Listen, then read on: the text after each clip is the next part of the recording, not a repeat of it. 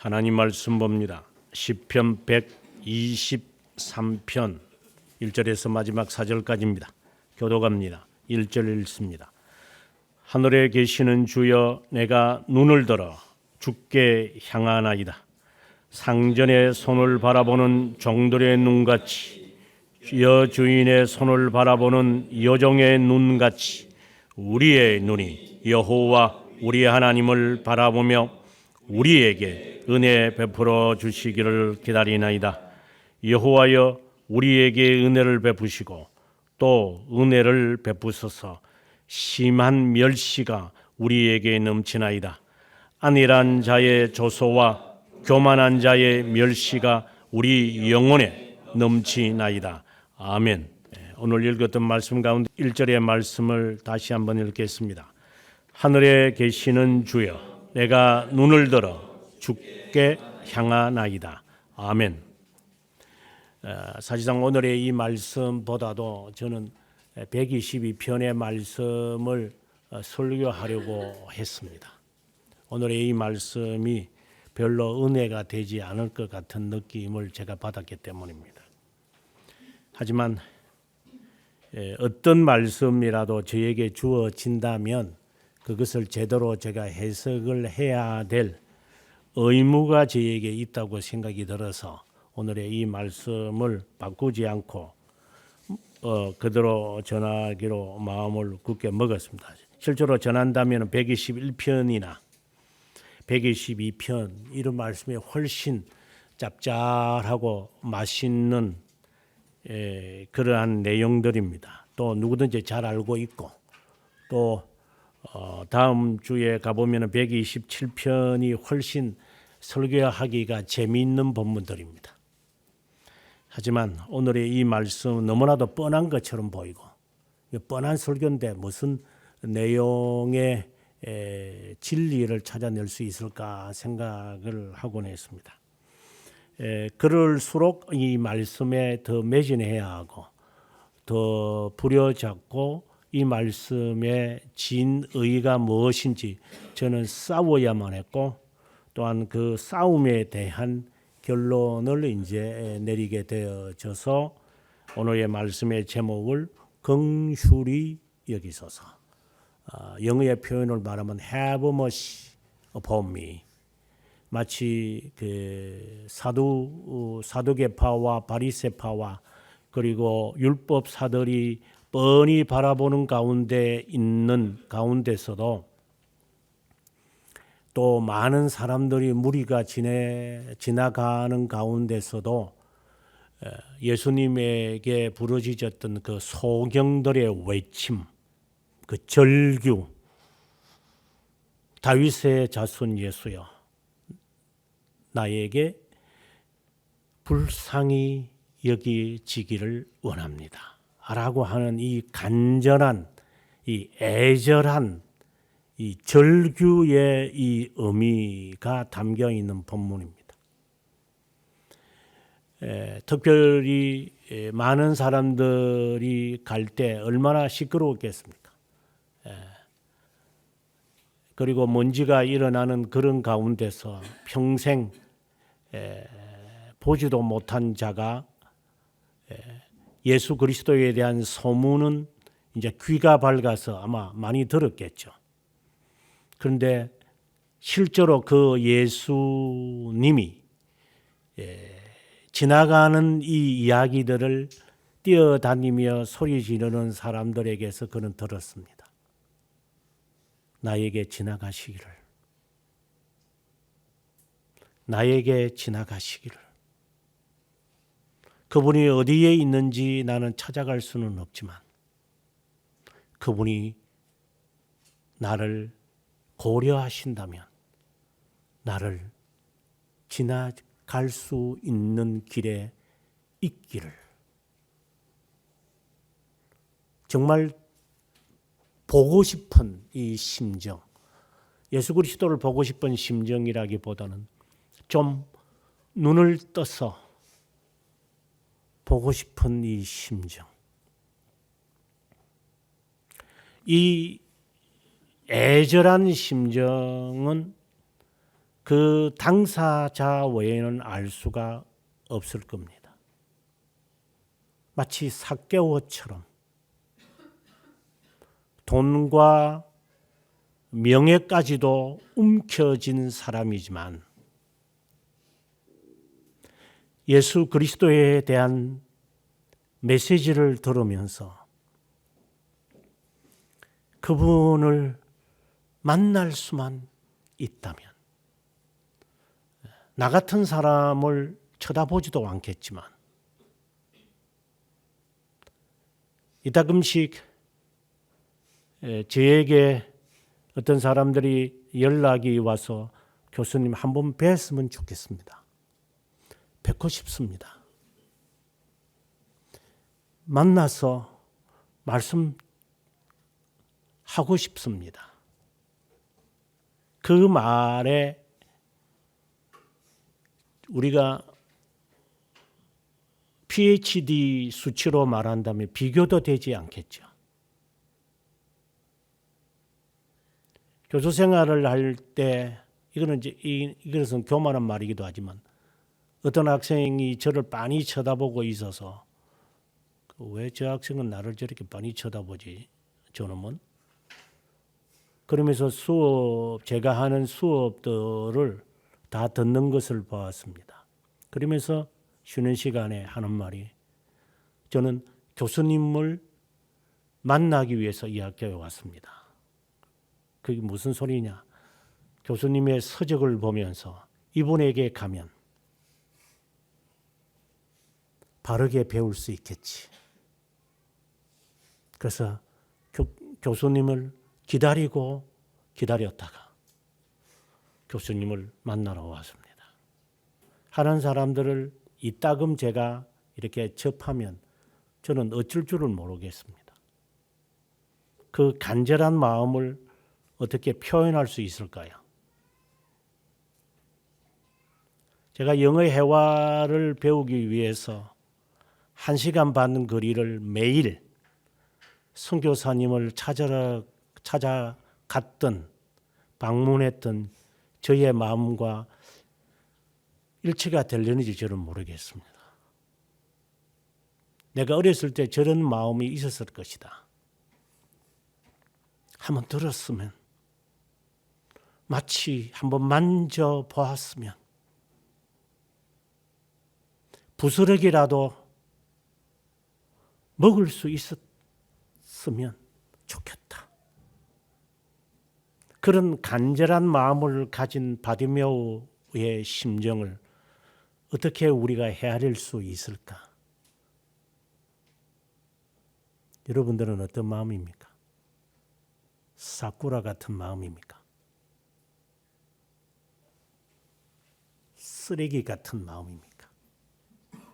아니면 방금 언급했던 사람들의 심정처럼 와이파이만 되면 다 들은 건데 뭘 그거 뭐 그냥 매일 할 짓이 없나 목사가 매일 보내고 말이야. 나는 바쁘고 힘들고 내 스스로도 정리하기도 어려운데 이거는 왜 할 짓 없이 날마다 보내고 있어 이게 하는 그런 짓거리를 하는 것 아닙니까? 아니면은 고맙습니다.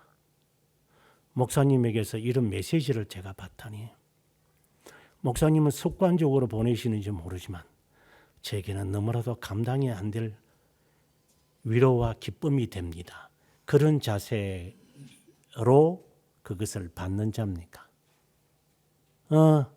또 왔네. 그래. 뭐 다 보내는 거니까 뭐. 이 망할 놈들아. 지옥의 문턱에서 벗어나라.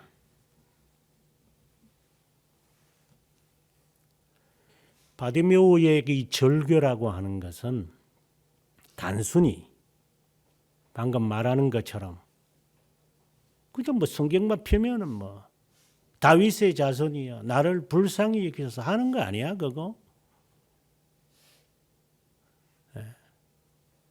그런 거 그냥 다급하면 사람이 지푸라기라도 붙잡는 것처럼 그래 붙잡는 거 아니야? 라고 하는 식의 심정을 가진 사람은 지옥 가서도 못 느낄 겁니다. 여러분에게 스스로에게 질문하십시오. 나는 바디메오의 심정인가? 나는 꼭 만나봐야 된다. 어디에 계시는지도 모른다. 어떤 분인지도 나도 모른다. 들어본 적도 없다. 하지만 만나야 한다. 나는 그분을. 사람들을 보고 나를 데려다가 그 앞에 놓게 해달라고 할 수도 없다. 사람들은 시끄럽다고 하니까. 시끄럽다고. 귀찮다고.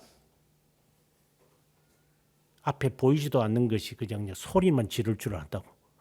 하지만 아닙니다. 하나님. 저는 부르짖어야 합니다. 그는 절규, 애절한 심정. 당신은 가지고 있는가? 아니면 그리스도를 쓰레기처럼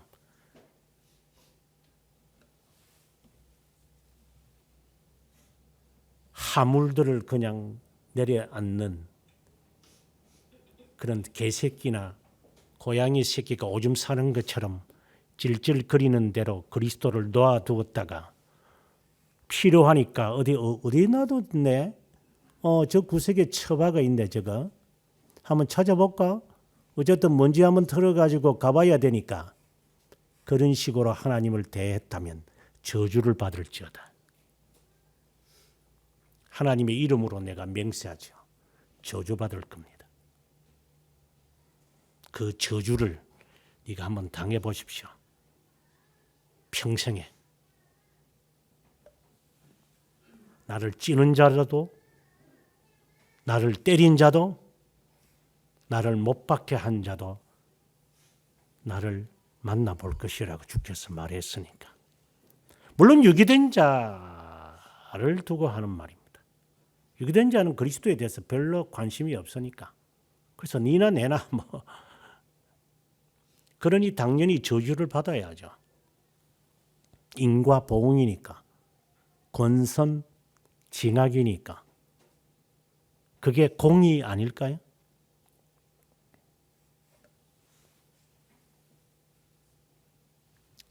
오늘의 이 말씀은 바디메오처럼 그런 애절한 사람들이 하나님을 향하여 부르짖는 기도의 문구입니다. 긍휼히 여기소서. 긍휼을 베푸소서. 이렇게 문구를 이렇게 그 주문하는 것처럼 이렇게 주술하는 것처럼 그럼 뭔가가 생기겠지. 그런 착각은 하지 마십시오. 1000만 번 나에게 긍휼을 베푸십시오라고 기도해도 아무 일이 안 일어날 겁니다. 단 한 번이라도 진실하게 하나님 저를 불쌍히 여기십시오. 당신을 만나 뵙고자 합니다.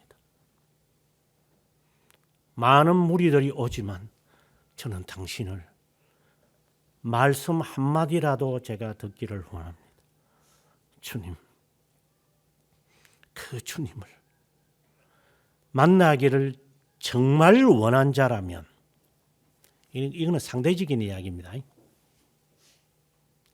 몇 날 몇 번이나 네가 그것을 애써봤나?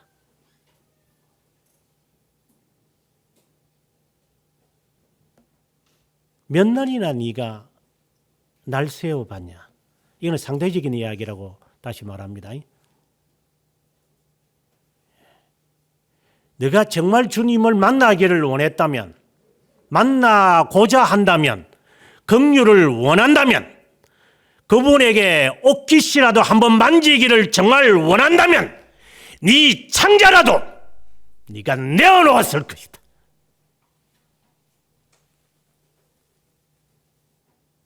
양심이 있으면 스스로에게 물어봐라. 네가 주님께 긍휼을 원하는 것이 진정한 것인지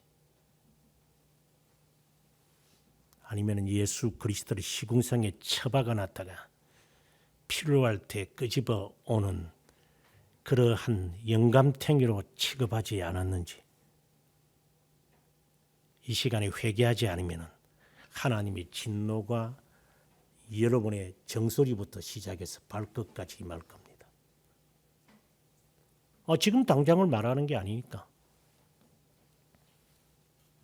회개하십시오. 회개하십시오.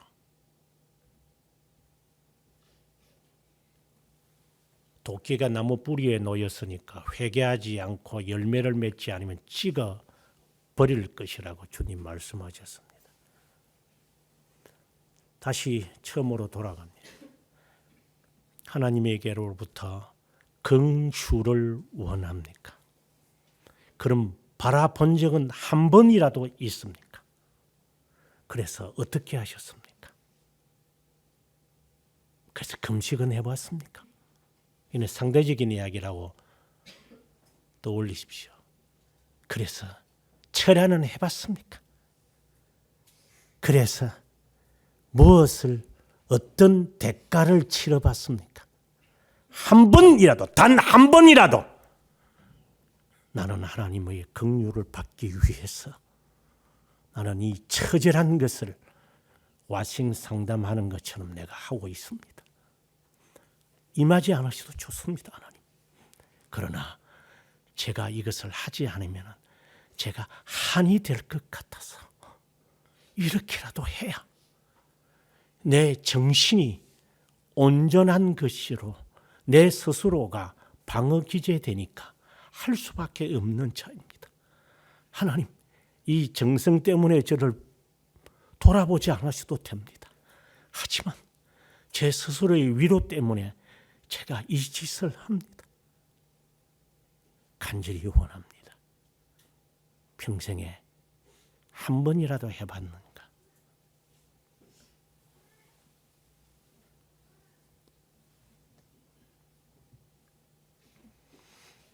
절규입니다.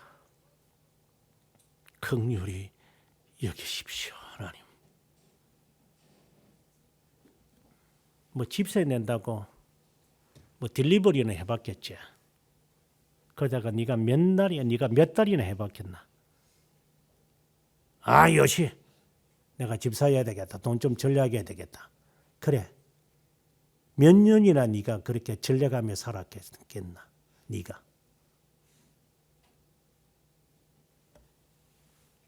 네 결심이 몇 시간이 유지되더나? 그런 의지적인 믿음과 하나님의 선물인 믿음과 비교하지 마십시오.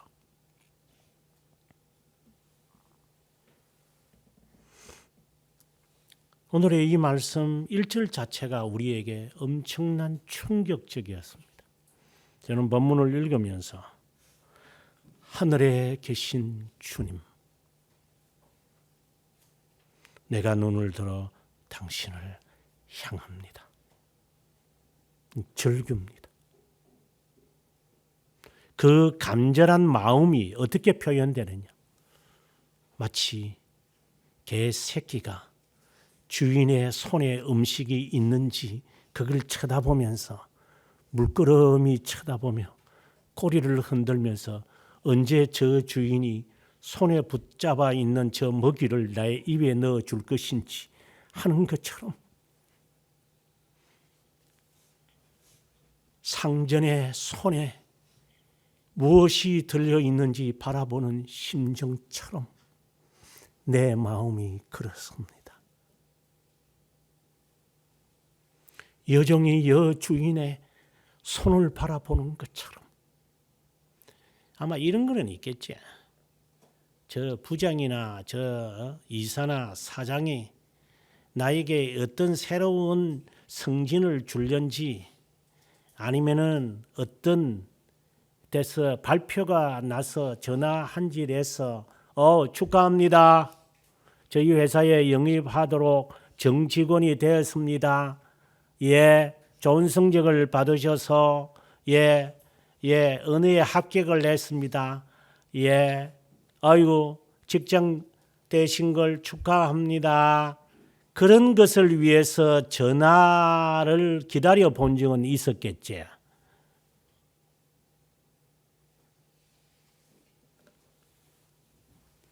결혼하고 난 다음에 일주일 안에 시험을 쳐야 되기 때문에 그래서 독서실에 박혀가지고 시험 공부해가지고 이제 발표하는 날이 1월 7일이었습니다.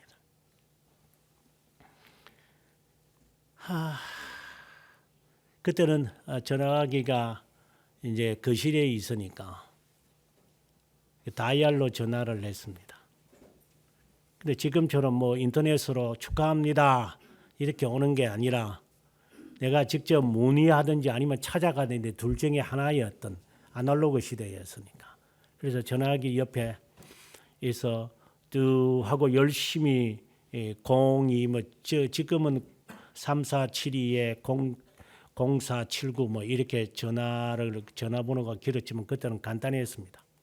그 전화 걸면 또 띠띠띠 또 옆에 있어서 답답하니까 또 전화기 또 다이얼 이렇게 돌리거나 또 띠띠띠 또 전화 걸면 띠띠띠 정말 참 그 전화 이게 기다리는 거 너무 힘들다. 그래서 좀 있다가 혹이나 또 다른 사람이 전화 걸까 봐서 마지막 번호 가만히 붙어 있다가 끝나면 또 내 전화로 해야 되겠다고 도로록 할 때까지 기다리면 또 띠띠띠. 미국의 카버넌트에 입학의 통지를 받으려고 영국 버밍엄에서 미국에 전화질을 한두 번 한 게 아닙니다. 제 서류 받으셨습니까? Yes. 그러면 언제쯤 그 결과를 알 수 있습니까? Wait for it. How long? How soon? I don't know. 그럼 제가 내일 다시 한번 전화할까요? You may. 여러 차례 전화할 때 그들은 시차가 있으니까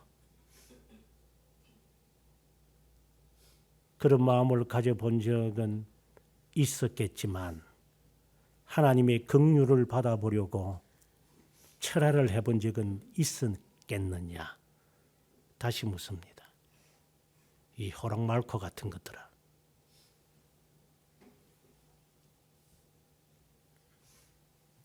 주님이 입학이나 성적을 얻는 것과 비교가 안 되는 존재냐?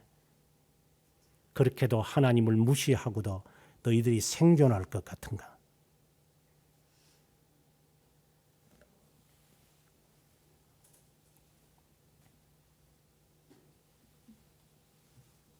생존하려고 하느냐?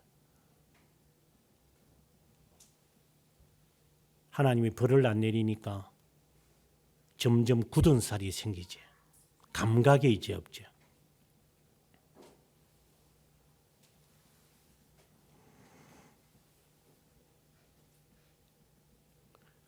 주인의 그 손에서 어떻게 들어서 나를 죽이는지 아니면은 나에게 허용을 하는지 그것을 향하여 나는 간절한 마음으로 하늘 보좌에 계시는 당신께 내 눈을 감히 들어봅니다. 주님을 향합니다. 3절에 가보면 여호와여 우리에게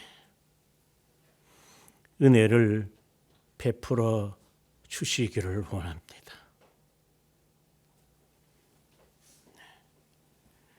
2절에 다시 올라가 보면 우리 눈이 1절에서는 내라는 말을 1인칭으로 했다가 2절에 가서는 우리라고 하는 것을 보니 선택된 자들을 말하는 것이 틀림없습니다. 주님을 우러러 봅니다. 우리에게 은혜를 베풀어 주시기를 원합니다. 그런데 이 말씀은 조금 번역이 잘못된 겁니다.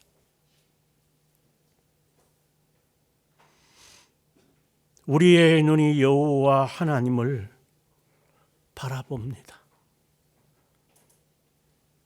우리에게 은혜를 베풀어 주실 때까지, 주님이 우리에게 은혜를 베풀어 주실 때까지 제가 기다립니다. 습고 대죄하면서 비가 오든 눈이 오든 춥든 덥든 힘들든 아프든 괴로워든 가난하든 배가 고프든 굶주리든 가난하든 상관없습니다. 저는 기다립니다. 이 마음, 그때까지 저는 기다리겠습니다. 여러분, 전혀 지금 이게 이해가 안 되죠? 한 번도 해본 적이 없으니까. 낮에나 밤에나 눈물 머금고 내 주님 오시기를 바라봅니다.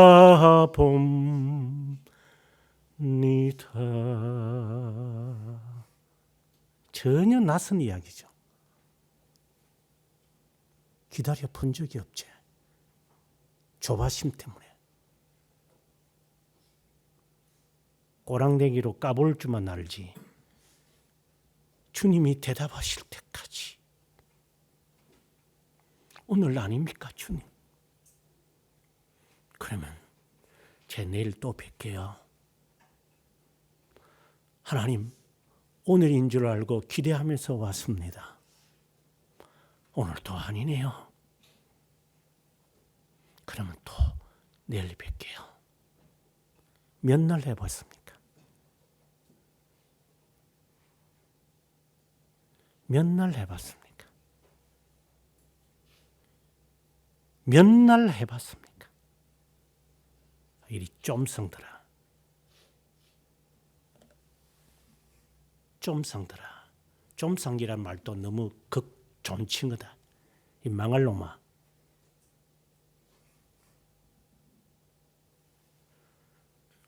오늘도 아닌 것이 어연 10년이 흘렀네요. 하나님, 그래도 저는 당신이 저에게 은혜 베푸실 때까지 기다립니다. 목마른 사슴이 시냇물을 찾기에 갈급함 같이 30일 작정 기도한단다. 쫌성들이 100일 기도한대.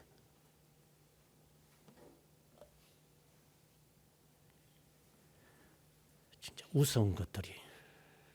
네가 맨날, 네가 몇 번 네가 약속을 지켜봤네. 네 인간성이 그런 인간성인데, 네가 무슨 신앙에서 하나님을 그 정도로 물거품을 내고 물 먹인다면 네 인생에서 네가 물을 먹인 사람이 몇 명이겠냐?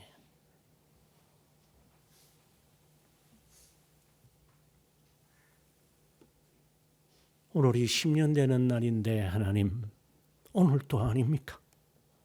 올해도 지나가네요. 하지만 정한 시간에, 정한 장소에, 정한 자세로 정한 자가 옵니다. 은혜 베푸소서. 당신의 말 한마디라도 듣기를 원합니다.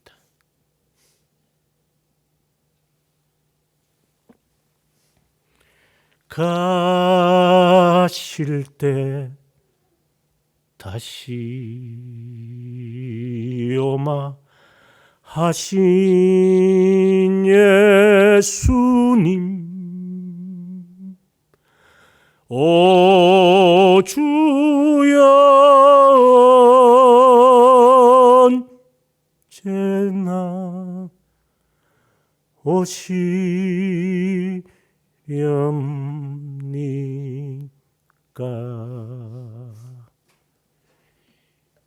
당신이 한 번도 이런 심정으로 하지 않았다면 당신은 거짓말쟁이야.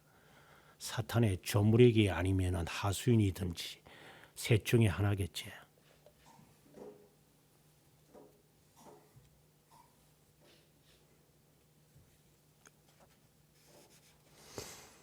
그리고 3절로 와서 여호와여 우리에게 은혜를 베푸시고 또 은혜를 베푸소서.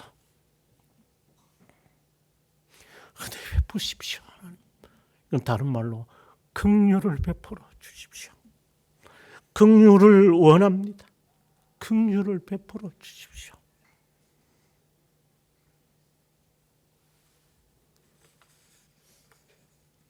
또 어떤 놈들은 또 사기치는 놈들은 또 하나님을 또 섬긴답시고 또 처자식 버려놓고 와가지고 또 산기도간에 또 사악한 것들이 지 기도한다고 아무도 건들지 말라네. 또 기도하는 게 뭐 큰 대수다 그러더라.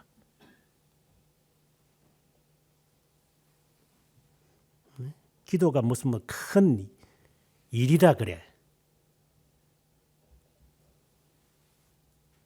지 기도하는 시간 아무도 간섭하지 말아내. 또 사탄과 같은 것들이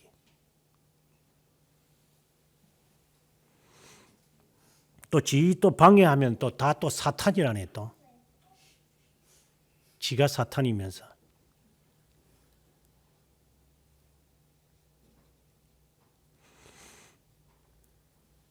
하나님 긍휼을 베푸십시오.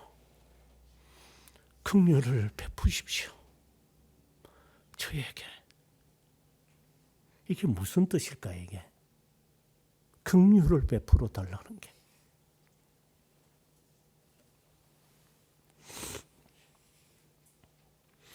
심한 멸시가 우리에게 넘쳐옵니다. 여기서 멸시라는 이 말이 아주 우리가 볼 때는 아주 지가 잘못해놓고 사람들한테 어려움을 당하는 것을 말해요. 지 성격이 못돼가지고 사람들한테서 조소당하는 것을 멸시라고 표현하면은 여러분은 정말 이중죄, 흔히 하는 말로 영어에서 자파디가 됩니다. 자파디. 조심하십시오. 내가 당하는 지가 지 잘못 때문에 사기치놓고서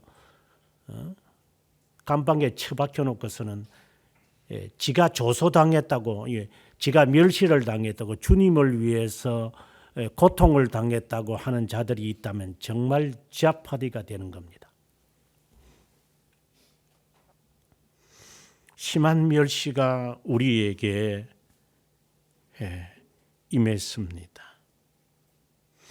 이 말은 은혜를 당신에게 받아야 하는 이유가 있는데 심한 멸시 때문입니다. 이렇게 말합니다. 멸시 때문에 주님의 긍휼을 받아야 되겠다. 이제 이 말입니다. 그 멸시에 대하여 4절에 이렇게 말합니다.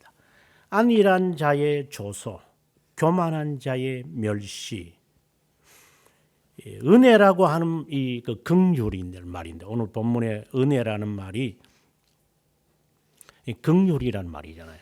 그래 긍휼과 상대적인 말이에요. 조소와 그리고 멸시. 이건 서로 반대 말입니다. 한쪽은 은혜고 한쪽은 멸시입니다. 우리가 이 말씀을 언뜻 보면 이 사람은 사람들에게서 굉장히 어려움을 당하는 사람이구나. 이렇게 우리가 언뜻 생각을 합니다. 그것도 틀린 말은 아닙니다. 하지만 그건 10분의 1에 불과합니다. 다른 의미가 있습니다. 심한 멸시라고 했습니다. 이것은 아주 오래된 겁니다. 질질 끌고 가는 멸시가 있어요. 질질 끌고 가는 이런 멸시. 근데 교만한 자와 안일한 이 게으른 자를 말하죠. 게으른 자와 교만한 자에게서는 이것이 아주 쉽습니다. 원문에는 그래야 되거든요. 안일한 자들이 조소하고 교만한 자들이 멸시하는 것은 아주 쉬운 일입니다, 하나님. 그 쉬운 것이 나에게, 내 영에 충만합니다. 그러니까 나에게 아주 자연스러운 겁니다. 이 조소와 이 멸시가 나에게는 아주, 그러니까 뭐 특정한 사람이 있는 게 아니라 게으름과 그리고 교만한 사람에게는 이게 그들은 자연스럽게 합니다. 이것은 지금 이제 불특정 다수를 지금 하는 이야기인데, 그들에게는 아주 자연스러운 겁니다. 지는 지 본능대로 합니다. 지는 지가 하고 싶은 대로 합니다. 지는 지가 원하기 때문에 하는 겁니다. 저에게는 자연스러운 겁니다. 왜? 지는 그냥 그렇게 살았기 때문에. 그럼 그게 전혀 이상하게 느껴지지 않습니다. 아주 자연스럽게 그는 합니다. 근데 상대적으로 3절에 하는 말이 하나님 은혜를 베푸시고 은혜를 베풀어 주십시오 라고 하나님께 기도합니다. 그럼 무엇을 의미할까? 여기에 우리가 생략되어진 뭔가가 있습니다. 지칭하지도 않습니다. 누구 때문이다 이렇게 말하지도 않습니다. 그저 안일한 자와 교만한 자의 조소와 멸시가 내 영혼에, 우리 영혼에 가득하게 넘치기 때문에 은혜 위에 은혜를 베풀어 주시기 원합니다. 무엇을 의미하는가? 1차적인 의미는 이 노래 자체가 하나님의 성전에 올라가는 사람들이 부르는 노래예요.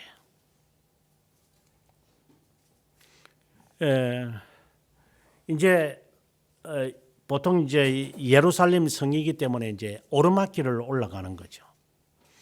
이제 올라가면서 울면서 올라가겠죠. 그러면 지금 시편 자체가 지금 130편까지 성전에 올라가는 노래거든요. 이게 전부 다 120편부터 시작을 해서 이제 계속 성전에 올라가는 노래들이에요. 그러면 하나님을 뵙고자 하는 사람, 긍휼을 하나님으로부터 받으려고 하는 사람들의 이 자세를 지금 다양한 각도로 지금 표현하고 있는 거예요. 오늘 본문 그 중에 하나예요. 그런데 그 자세가 무엇이냐면 불특정 다수에 의해서 받는 멸시가 있다. 이 경멸이라는 거죠. 경멸, 무시, 경시하는 게 있어요. 저도 개인적으로 그런 못된 그 성격이 있지만 다른 사람이 저를 무시한다거나 이렇게 하면 저도 감히 참지 못하는 성격을 저도 갖고 있어요. 이것과 제가 이제 싸워야 하는 그런 것이죠. 네. 예를 들어서 이제 적절한 연조는 모르겠지만 이제 제가 교수 생활을 상당히 오래 했기 때문에 이제 막 이제 박사기 받겨오는 이 피레미들이 있거든요. 이제 뭐 쫄랑쫄랑 해가지고 꼬랑지 방울 하나 달랐는가 짤랑짤랑 하면서 이렇게 걸쭉걸쭉하면서 옵니다. 그래 이제 그렇게 되면은 이제 지가 뭔가 학위를 하나 받았다고 이제 교수가 좀 되었다고 이제 이렇게 까불까불 거리는 것들을 참 많이 봅니다. 저도 과거에 그랬으니까. 지밖에 눈에 드는 게 없으니까. 눈에 보이는 거는 아무것도 없거든요. 이제 그랬을 때에 그러면 이제 저놈이 대개 이제 그런 애들은 주로 이제 누구 줄을 잡아야 내가 승진을 할 것인지가 이렇게 줄들이 다 정해져 있기 때문에 그래서 어느 줄을 붙잡아야지 내가 그 다음에 이제 이 과장이 될 수 있는 가능성이 있는 거니까 1차 목표는 과장이 돼야 되거든. 그래야지 그 다음에 이제 처장을 바라볼 수 있는 것이 이는 단계적으로 사회가 본래 그런 거니까. 그래서 그 줄을 잘 타야 돼요. 그 줄을 잘못 딱 섰다가는 이제 이제 성진은 저놈은 저놈의 꼬벙이잖아. 그러면은 그는 평생 승진 못합니다. 그것을 한두 번 당해본 것이 아니기 때문에 이게 베테랑 눈에는 다 보이죠. 저놈이 어느 줄에 설 놈인지 눈에 보여요. 그러면 그놈은 거기에 가서 아이 선배님 저 온갖 손에 그냥 때가 생길 정도로 손을 비비면서 시커먼 때가 두둑두둑 떨어지는 것도 모르면서 옆에 서서 이렇게 아유 교수님 정말 명사를 말해라 이것들아. 이런 애들이 상당수거든요. 뭐 저는 그렇지 않다 이런 말을 하려는 게 아니에요. 우리가 다 그런 본성을 갖고 있는 존재들이잖아요. 그러니까 딱 들어붙어 있죠. 교수 회의할 때 옆에 가지고 교수님 나는 교수님이 좋아. 교수님이 그도 그 여자가 와서 끼면 기분은 좋은데 이게 냄새 나는 것이 와가지고 옆에 붙어가 있으면 진짜 꼭 바퀴벌레처럼 생겨가지고 이제 이런 것들이 있어요. 그때에 따돌림을 당하는 이제 노 교수 이 사람은 막 능력도 별로 없고 뭐 줄도 못 서고 하는 사람들이 바라볼 때 어떤 마음일까? 그래서 가끔씩 이렇게 은퇴를 앞둔 교수님하고 이야기해 보면 그래 별짓 저짓 다 보면서 25년 30년을 지나고 이제 떠난다 이런 말들을 해요. 참 꼴불견들이 세상에 많습니다. 그런 놈들이 다 목사입니다.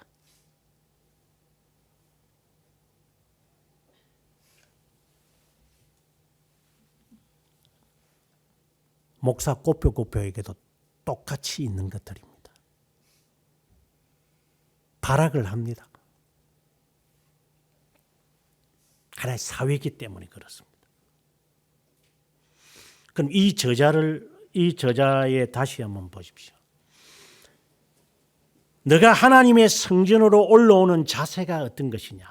하나님을 정말 만나기를 원하느냐? 정말 네가 이것이 좋으냐? 정말 네 소명이 정말 가르치는 일에 너의 인생을 다 바치려고 그런 각오를 가지고 여기에 문을 두드린 거냐? 아니면은 들어오고 나니까 본전 생각이 들어서 이제는 한자리에 해먹으려고 하는 것이냐? 너 분명코 너의 정체성을 밝혀라. 그 자세로 오늘의 이 말씀이 1차적으로 되어지는 이야기입니다. 하나님에게 긍휼을 받으려는 아직까지 긍휼에 관한 이야기는 안 했어요. 긍휼을 받으려고 하는 이 간절한 마음이 있느냐? 예. 10년이라도 저는 기다리겠습니다. 끼니 큰 소리 치는 게 아니고 실제로 10년은 말합니다. 정말 당신에게서 은혜를 받기를 원합니다. 사모합니다. 그 자세를 가지라는 겁니다. 그것이 첫 번째로 우리에게 주는 교훈입니다. 기다림이니까. 마치 바디메오가 언제 주님이 나의 앞을 지나가지? 주님이 언제 내 앞을 지나갈 수 있을까? 삭개오처럼.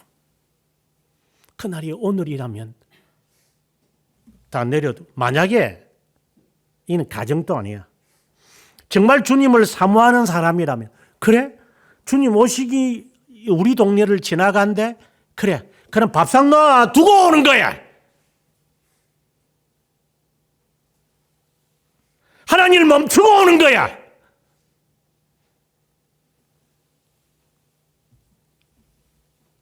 간절한 사람의 자세는 그런 거예요.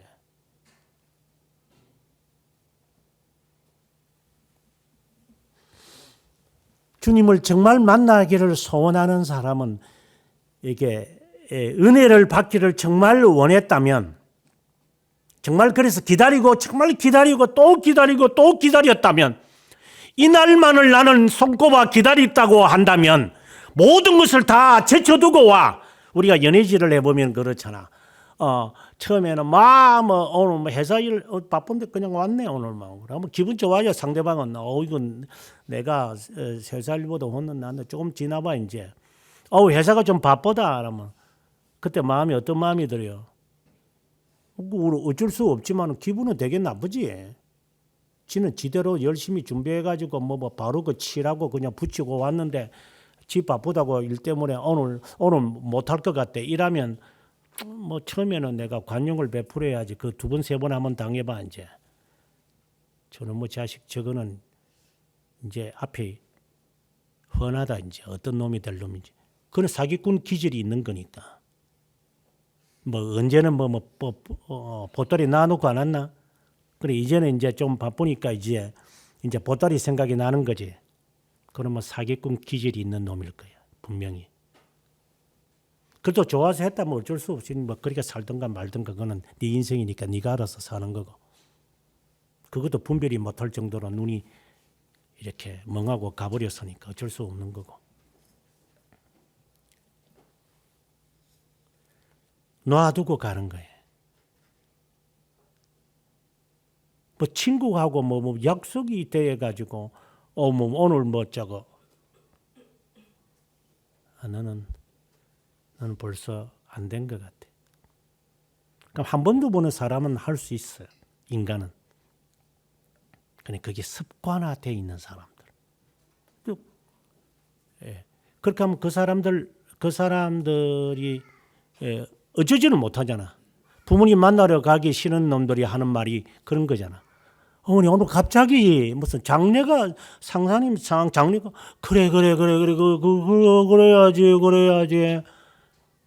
부모님을 핫바지 채우는 자들. 니 한번 당해봐라 니도.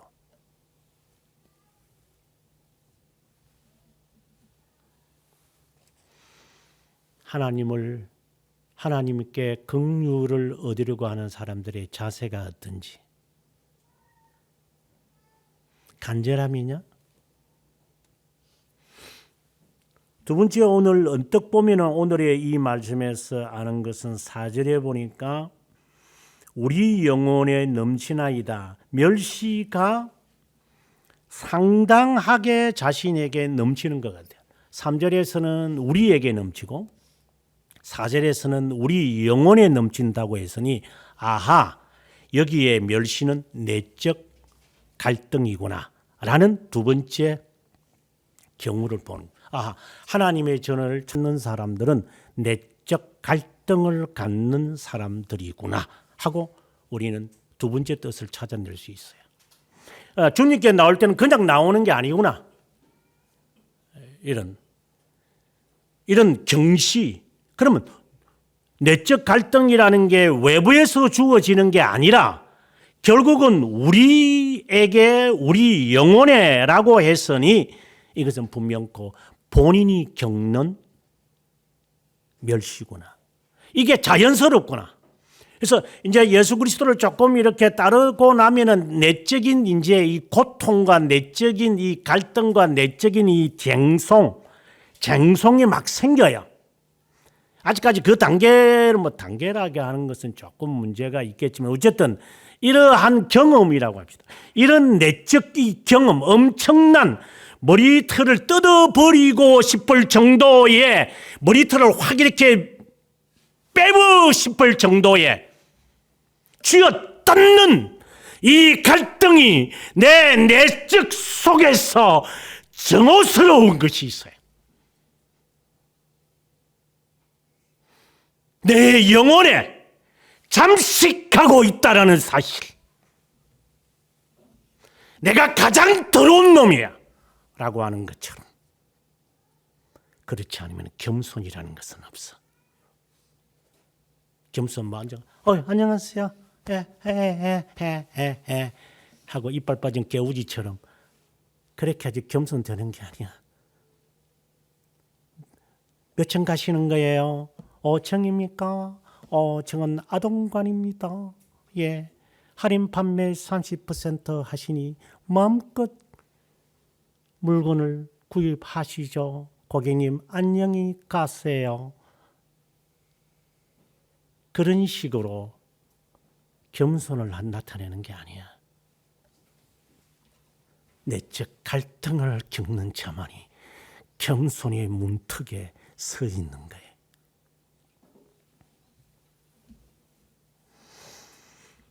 영혼에 넘친다고 했으니 그는 하나님 앞에 내가 언제 그분 앞에 나아갈고, 언제 내가 주님 앞에 가서 주님의 이 은혜를 받을 수 있을까? 이 죄 때문인데 나는 여전히 이 갈등 속에서 내가 겪고 있는구나. 이 어찌합니까? 이것 때문에 내가 숱한 세월을 지냈지만 아직도 여전히 내 속에는 해결하지 못하는 것으로 있네. 하나님, 이것 때문이죠. 이것 때문에 제가 이 골짜기를 넘지 못하는지요. 그런데 이게 저에게는 너무나도 자연스러운 것이니 어떻게 합니까? 내 영혼을 이렇게 가득 채우고 있는 이 조소, 다른 사람이 하는 게 아니라 자기가 자기를 조소하는 거예요. 자기가 자기를 경시하는 거예요.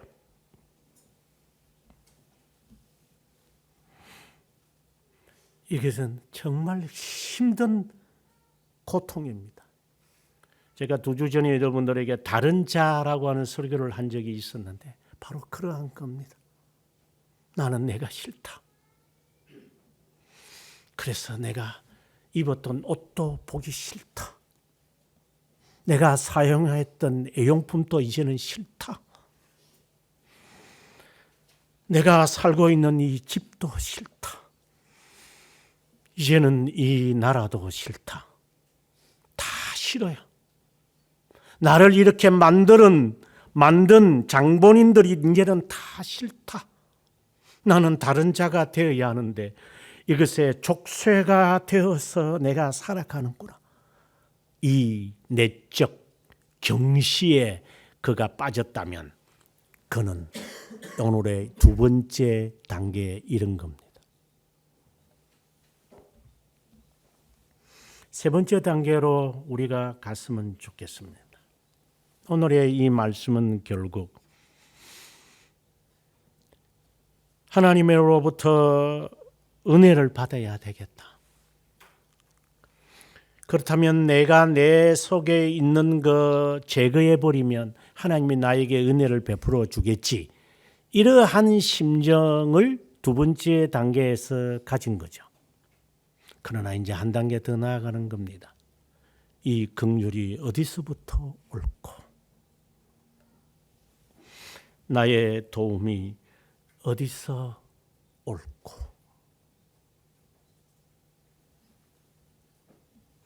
121편에 이미 나왔던 내용입니다만 내가 산을 향하여 눈을 돌리라. 오늘의 말씀은 내가 하늘에 계신 주님께 눈을 들겠다. 천지를 지으신 여호와에게서로다. 그분은 하늘에 계신 분께 나는 벌써 차원이 조금 이제 다르게 되어지지요. 그분이 나를 좀 도와주었으면, 주님이 마치 어깨에 손을 얹어서 다른 말 필요 없는 것 같아요. I love you. 내가 너를 사랑한다. 과거에 제가 좀 이런 경험을 가지기 위해서 은혜의 좌소에 좀 빠진 적이 수차례 있었습니다. 목사였지만 그때 나이가 30살의 목사가 됐으니까 세상 뭘 알았겠어요, 제가. 지금 30살과 비교하지 마세요. 지금은 한 40살이라고 생각을 하세요. 30살이 철들었겠어요? 천지도 모르는 나이가 30대잖아요. 아무튼 하나님이 이 목사로서 감당이 목사님 앞에서 설교하는 거고 사람들에게 항상 설교해야 되고 사람들을 이끌어 가야 되는데 내 자신에게는 이렇게 보고 뺏긴 거 전달하는 딜리버러 외에는 내가 하는 일이 없고 내 것은 내놓는 적이 없잖아요. 뭐 있어야 내놓지. 뭘 내놓을 게 뭐 있어요, 제가. 뭐 신학 3년 배워가지고 내놓을 게 있다고요. 그는 사기꾼 기질이 있는 놈이고. 네가 뭘 배워서 네가 개낼 겁니까? 교육전도사 앞에서 설교하는데 지그 가지고 설교합니까? 교수들한테 들었던 성경 공부 시간이나 뭐 강의 시간에 들었던 거 몇 개 이렇게 걸쩍걸쩍 해가지고 흉내내는 거죠. 그건 아무나 듣는 사람이 아니니까 그런 것들을 하는 거잖아요. 마치 곰탕을 주는 줄 알았더만은 어디 뭐 사골 곰탕 어디 갖고 와가지고 부글부글 끓이기만 실컷 끓여가 뜨겁고 못 먹게 만들고 맛도 못 들게 해가지고 팔아먹는 장사치는 다를 바가 뭐 있을 수 있어요. 똑같은 놈들이잖아요. 저도 그 짓을 한 놈이고. 그러니 이제는 목사가 되고 나면 더 이상 그 짓을 못하는 양심의 가책이라는 게 사람이 생기거든요. 한 번, 두 번이지 이게 한 번, 두 번 곰탕, 사리곰탕 그냥 사가 와가지고 뭐 끓여 먹으면 괜찮지만 이게 사람이 수십 명 올 때는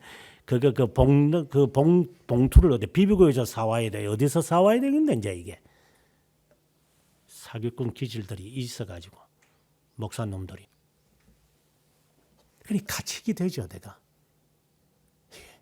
내가 요리를 못하니까 곰탕은 못 끓여야 되니 못 끓여 먹으니까. 하나님 은혜 베푸십시오. 이렇게 절규할 수밖에 없겠지. 이게 자연스러운 전철이니까. 오늘의 이 말씀이 마치 저의 심정을 반영하는 듯합니다. 그리고 나아가서 내 스스로에게 너는 그렇게 열정이 있다면 그 은혜를 받고자 한다면 너는 그러면 너 자신과의 싸움은 있느냐? 그럼 너가 그만큼 열심히 책을 읽거나 그만큼 열심히 공부하면 되는 거 아니냐? 이제 그렇게 답이 나오는 수밖에 없는 거니까. 그래서 열심히 책을 읽을 수밖에 없는 거죠. 이게 채워야 되니까. 그래야 사람들한테 아는 척을 해야 되니까 책을 읽어보니까 뭐 이런 페이지에 뭐 이런 내용이 있던데요. 여러분 정말 좋습니다. 뭐 이런 식으로 좀 읽었다는 표현은 내야 되니까. 그게 답입니까? 당연히 거쳐야 할 경험이지 그건 답은 아니잖아요. 긍휼을 베푸시는 주체자는 알고 있었지만 그분이 긍휼이라는 자체를 몰랐어요. 84편에 보면은 84편에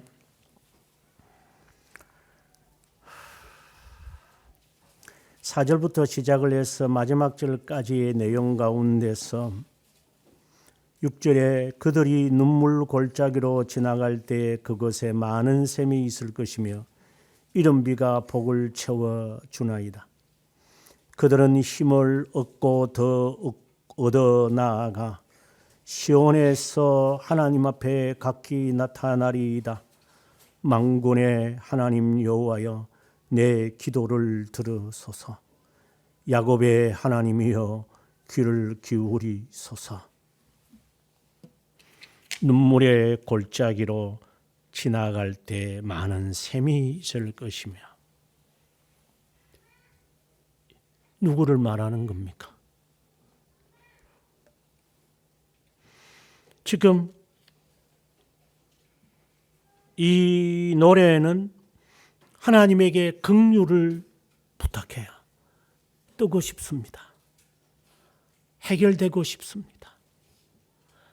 내 문제 때문에 아마 이렇게 얽힌 것 같은데 하나님 이거를 끊으려니까 이게 한두 가지가 아닙니다. 이게 인맥이 한두 가지 얽힌이 된 게 아닙니다.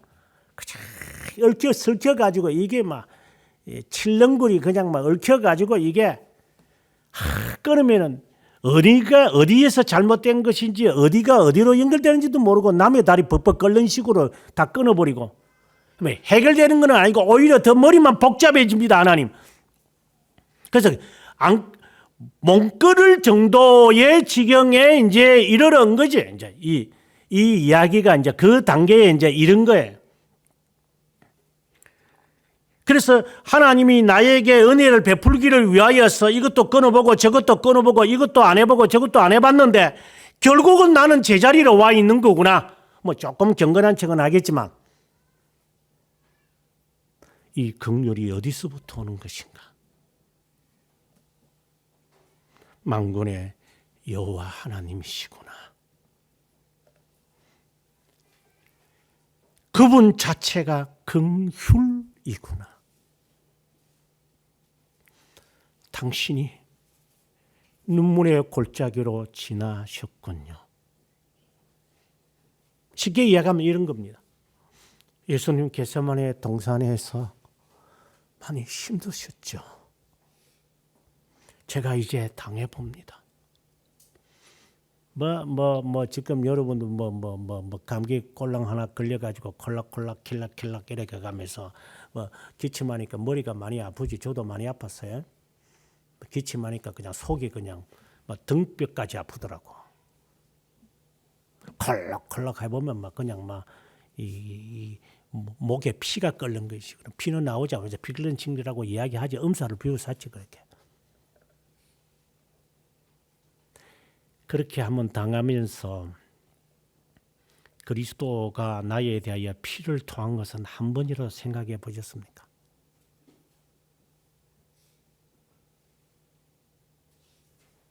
다시 묻습니다. 한 번이라도 생각해 보셨습니까?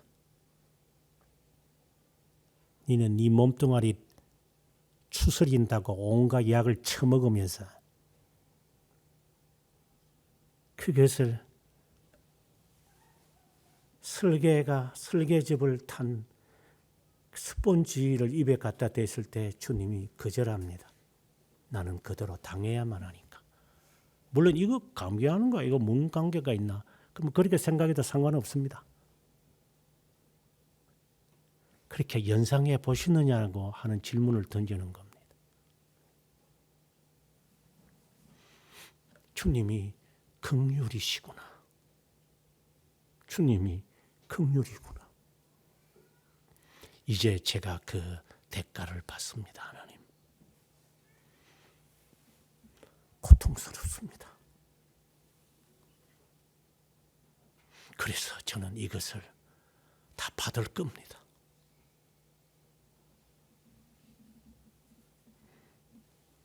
머리카락을 쥐어 뜯는 한이 있어도 이거는 받아가겠습니다. 당신이 긍휼이. 다른 건 다 놓쳐도 당신은 놓치지 않겠습니다. 제 재산 가져가십시오.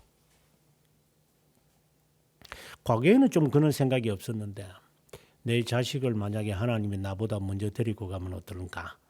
이런 거에서 좀 자신이 없었어요. 이제 몇 년 전부터 생각은 하나님, 이 생각이 바뀌어졌다는 사실을 제 스스로에게 점검이 됐어요.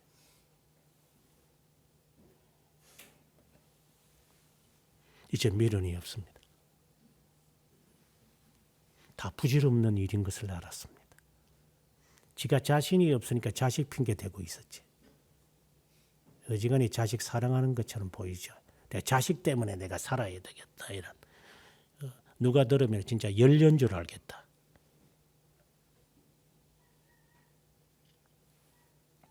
그런 거짓말만 해왔던 자신. 주님 사랑합니다.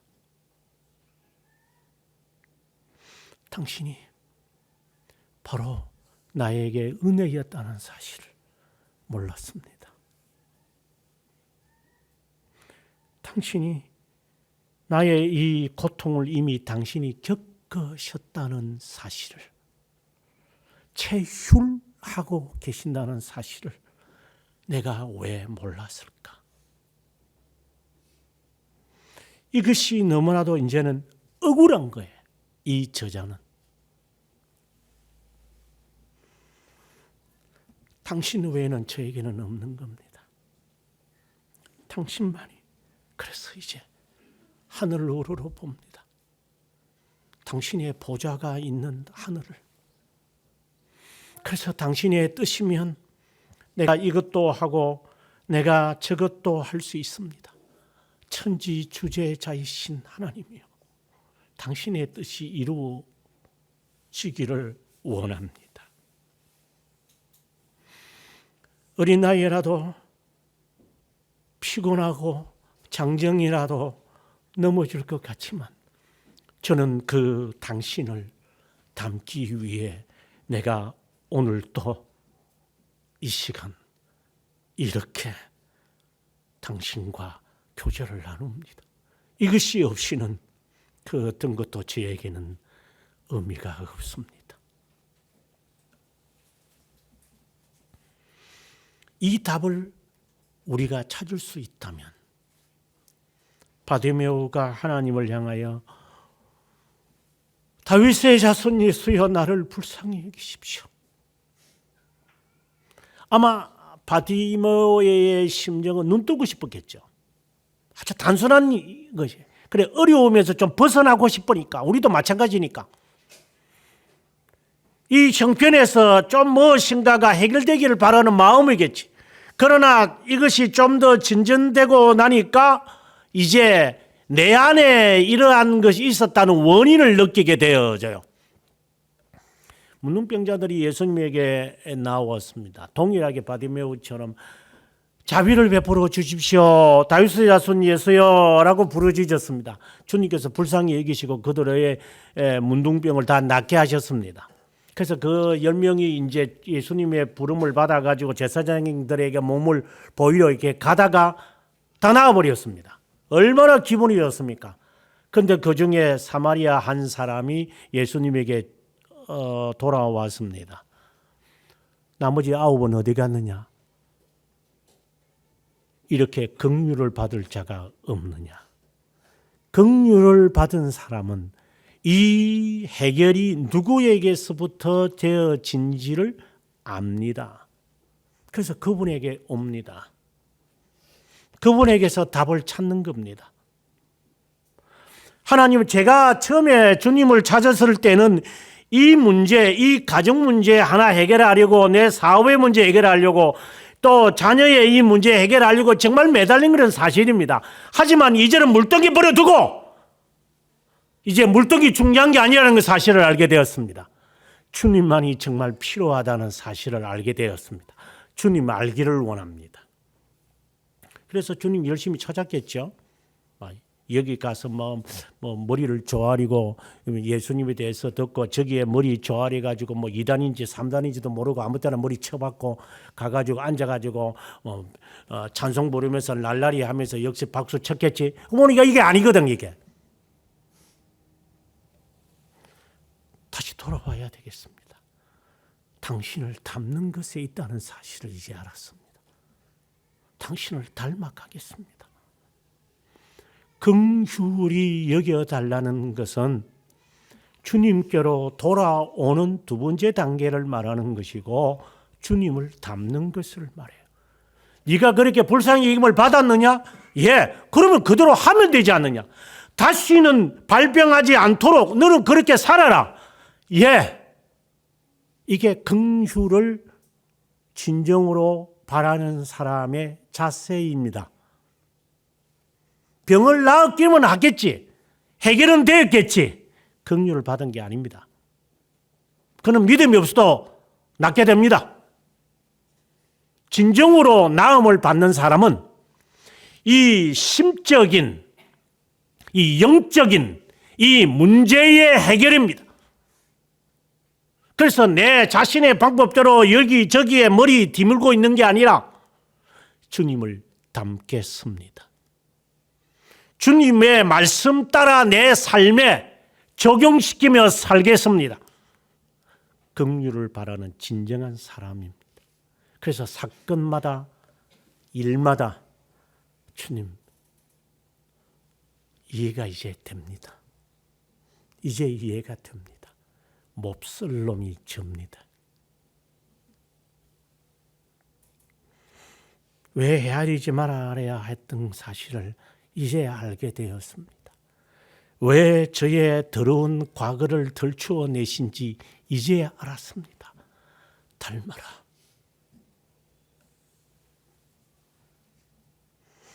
그 긍휼을 너가 누리지 못한다면 뭐 천국을 나중에 받는 것은 아니겠지만 하나님의 자녀에게 이미 천국은 임한 것이고 뭐 그리고 이제 시간이 끝나서 이제 영원히 받는 것이겠지만 하나님의 나라는 뭡니다? 임한 게 아닙니다. 정말 주님의 나라가 너에게 임했다면 주님을 닮는 겁니다. 오늘 본문을 다시 돌아온다면 하늘에 계시는 주님, 이제 이 말씀이 이해가 됩니다. 하늘 보좌에 계시는 주여, 눈을 들어 당신을 바라봅니다. 상전의 손을 바라보는 종들처럼 당신을 담고자 합니다. 주마등처럼 지나가는 이 못된 것들이 하나씩 하나씩 십자가에 못 박히는 모습을 보고 자만에 빠지는 것이 아니라 죽을 때까지 내 자신을 십자가에 못 박아들 것이라는 것. 이제 은혜를 받으면 뭔가 해야 될 것 같은 것처럼 느껴진 것도 이제는 주마등처럼 지나갑니다. 아닙니다. 안 주셔도 됩니다. 오기를 부려서 10년이고 20년이고 기다려 봤지만 닮을 생각은 하지 않고 앉아가지고 약을 퍼마시면서 낫기를 바라는 것과 같은 존재인 줄 압니다. 감나무 밑에 가서 입을 쫙 벌려놓고 떨어지기를 기다리는 놈이나 마찬가지인 것인 줄 압니다. 가서 하라! 받은 즉시 가서 하라! 이것이 긍휼을 받은 자인 것을 압니다. 너가 그렇게 하기를 원하느냐, 받기를 원한다면 너도 하라!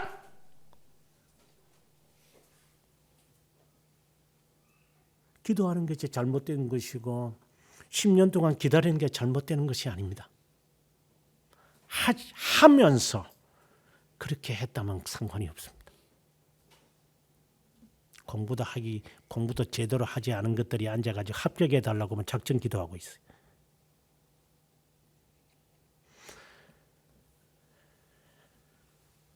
작정 기도가 한다고 해서 되는 거고 안 되고 하는 것이 뭐 있어요. 지가 공부한 놈이 있으면 어딘데 들어가는 놈이지. 그게 그리 큰 대수입니까?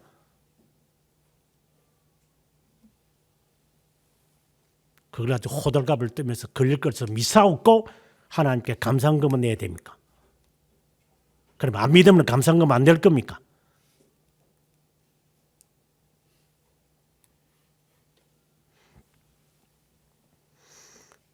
여주인의 손을 바라보는 것처럼 주님만 바라봅니다. 긍휼을 베풀어 주십시오.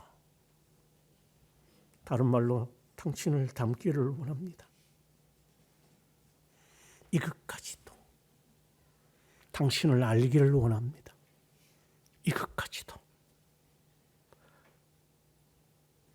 여호와여,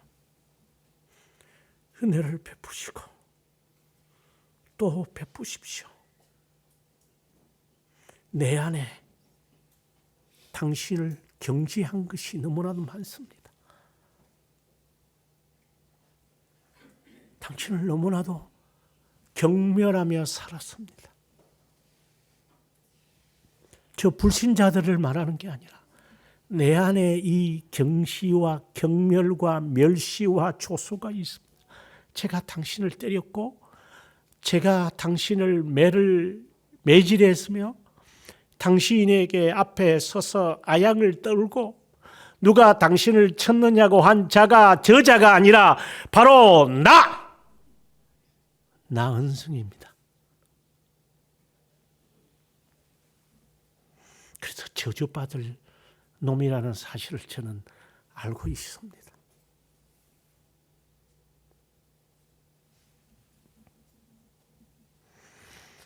안일한 자, 게으른 자가 칩니다.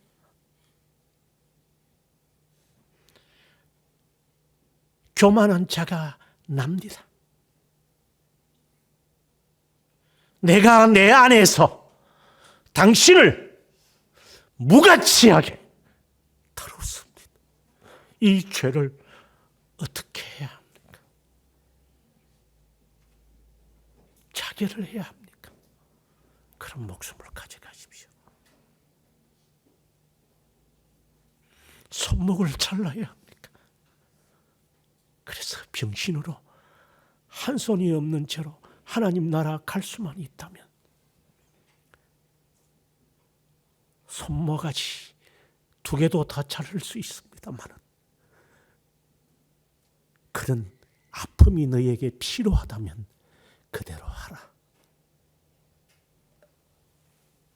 당신의 긍휼 때문에 구원을 받는 것이라는 사실을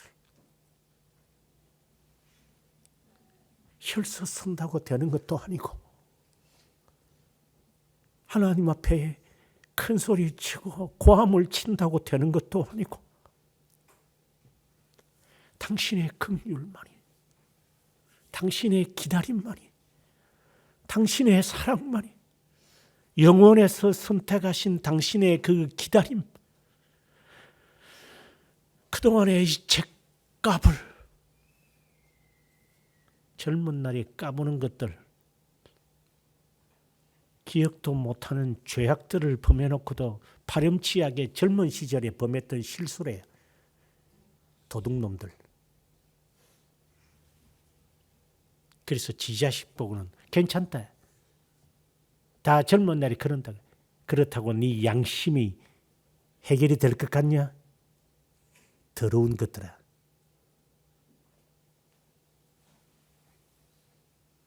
네 자식이 그렇게 하는 걸 보니까 네 스스로가 위로가 되냐 이제? 다 젊을 때 다 그런데요. 젊은 놈이 다 그렇냐? 네가 그랬지. 세상에 네 같은 짓 하는 놈이 또 몇 놈이나 더 있을 것 같으냐?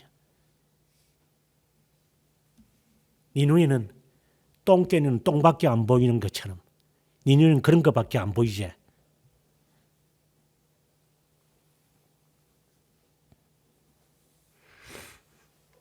당신의 긍휼만으로만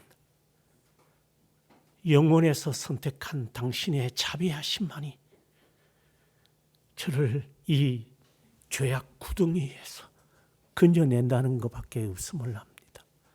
하나님, 그저 죽은 자로 살겠습니다. 까불지 않겠습니다. 까불 때마다 제 입을 때리십시오. 슬칠 때마다 제 발을 걸어서 넘어뜨리십시오. 교만할 때마다 저를 때리셔서 망하게 하십시오. 게으를 때마다 내 눈앞에 전개되어지는 이 처참한 꼴을 바라보면서 게으르지 않게 하십시오. 이 모습으로 하나님 앞에 평생 살기 위해 당신을 알기를 원합니다. 당신을 배우기를 원합니다. 마치 막달라 마리아처럼 당신 앞에 엎드려서 당신을 알기를 원합니다. 주여, 불쌍히 여기소서. 어디에 기댈 언덕이 없습니다. 하는 이 간절한 마음으로 하나님의 성전에 올라와, 이 가지적인 게 아닙니다. 저럼 교회당으로 오는 것을 말하는 게 아닙니다. 하나님 앞에서, 내 안에 하나님의 성전을 두신 그분 앞에서 살고자 하는 그것, 당신이 나와 함께 하신다는데 그 마음으로 살기 위해 당신을 알기를 원합니다. 그런 자에게 베풀어지는 오늘의 이 노래는 천사들과 함께 부르는 노래입니다. 여러분이 그 노래를 부르기를 원하신다면 일어서서 찬송과 함께 부르시기 바랍니다.